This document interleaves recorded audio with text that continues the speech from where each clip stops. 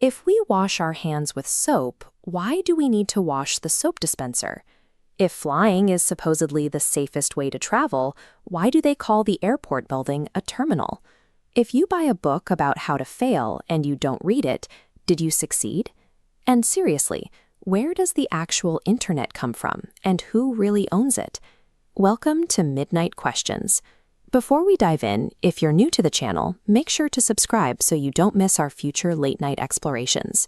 These are the types of random, mind-bending thoughts that usually arrive the moment your head hits the pillow and the noise of the day finally quiets down. Our late-night confusion over the internet highlights a gap in our knowledge.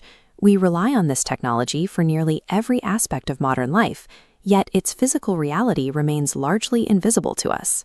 Most of us experience the internet as a mundane monthly transaction, paying an internet service provider to send a signal through a home Wi-Fi router.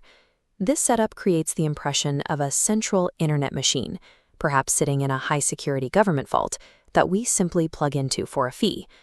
To find where the web actually comes from, we have to look past the idea of it being a centralized utility or a single product. The true story begins in the United States during the late 1960s, a period defined by the high-stakes tensions of the Cold War. The U.S. Department of Defense needed a communication system that would remain operational even if a primary military base was destroyed in an attack. This led to the concept of decentralization.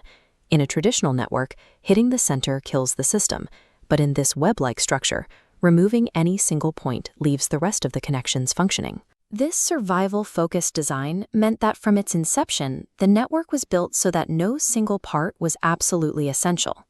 In 1969, researchers successfully sent the first message between computers at UCLA and Stanford University. This connection relied on a shared wire. Neither university owned the network, as they both required the other to send and receive information.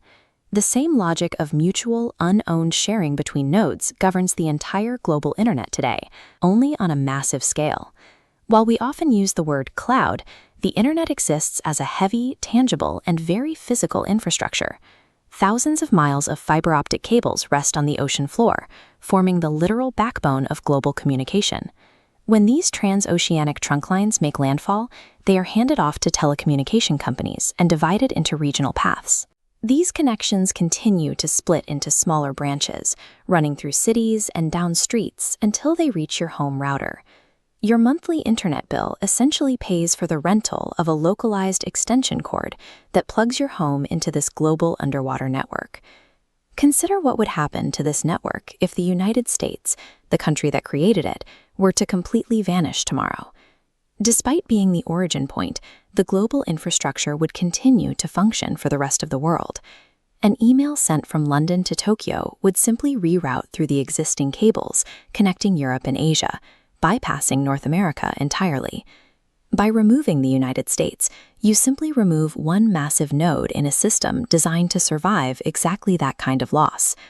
Understanding the internet requires distinguishing between the physical network, the pipes, and the websites hosted on it. In a scenario where American servers go dark, platforms like YouTube or Google would disappear, but internal networks in places like China or Russia would remain operational. The internet functions as a system of global sharing across millions of individual nodes, making it a piece of infrastructure that no single entity can claim or control. We have a question for you. What is the weirdest question that has ever popped into your head in the middle of the night? Let us know in the comments below so we can answer it in a future video. If you enjoyed this, don't forget to like, share, subscribe, and hit the bell icon. See you next time.